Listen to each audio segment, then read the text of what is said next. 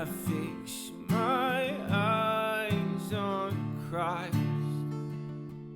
I fix my eyes. Hey, how's it going, everyone? My name's Colton, and I like to talk about Bibles, books, and theology-related things. Today, you can see I got a fresh shine on the head. We have a fresh shaving. Did you need to know that? No, you didn't. I just felt like saying it because I'm feeling a little goofy. Anyway, today I have a book review for you, and I would like to thank Crossway for providing this book for a fair and honest review. And that book is Ask Pastor John. This book is a collection of things that John Piper has said or questions that he has answered over the years on his podcast called Ask Pastor John. I used to listen to Ask Pastor John on the way to work all the time early on. They were like quick little 10-minute podcasts, and they were super helpful. And I'm going to talk about why. Also, like John MacArthur's study Bible, I'm not endorsing everything Piper says in this book. I do love and appreciate much of John Piper's ministry. I don't agree with him on every single thing. That's okay. In the same way, it's okay for the MacArthur study Bible. I don't think there's heresy involved. So anyway, I digress. This book, to me, is a super helpful pastoral tool, but I think it's just a super helpful Christian tool in general. And let me sort of explain why. I get some questions every once in a while in pastoral ministry that just throw me for a loop. Questions that make me go, I've never really thought through what I think about that with the Bible as the backdrop, biblically speaking. So I don't really know how to answer that question. And oftentimes I get some questions where I'll have to tell people, I haven't really thought that through, but let me look into it and get back to you. I don't ever like to tell people just straight up, I don't know if I can help it. Now, there are some times where I have to do that, but I do think it's a better response most of the time to say, if you haven't thought through something, to be honest and say, I haven't really thought through that. Let me look into it and get back to you as a pastoral thing. But I think just even as a Christian, talking to your friends or your neighbors, or maybe, you're getting questions from people who aren't believers about stuff, and you get hit with those zingers where you're like, I don't know. A resource like this to me is super helpful. And I'm not saying that this is all, John Piper has all the answers for the difficult questions. No, I'm saying this is a great resource when you get hit with some of those questions.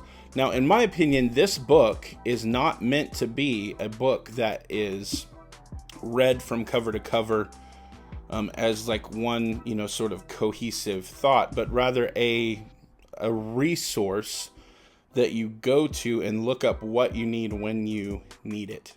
I've looked at much of it. I have listened to a lot of it in the past, and if you didn't know that, there is a podcast you can do. Let me show you the inside really quick, and I'm going to show you how it can serve you in a topical sense when you get asked questions. So here's the table of contents, and you can see there it has all these topics, and there's another page. It's falling apart. No. Do you like dust jackets? Are you guys dust jacket people, or do you take the dust jacket off? I'm conflicted. I don't know what to do.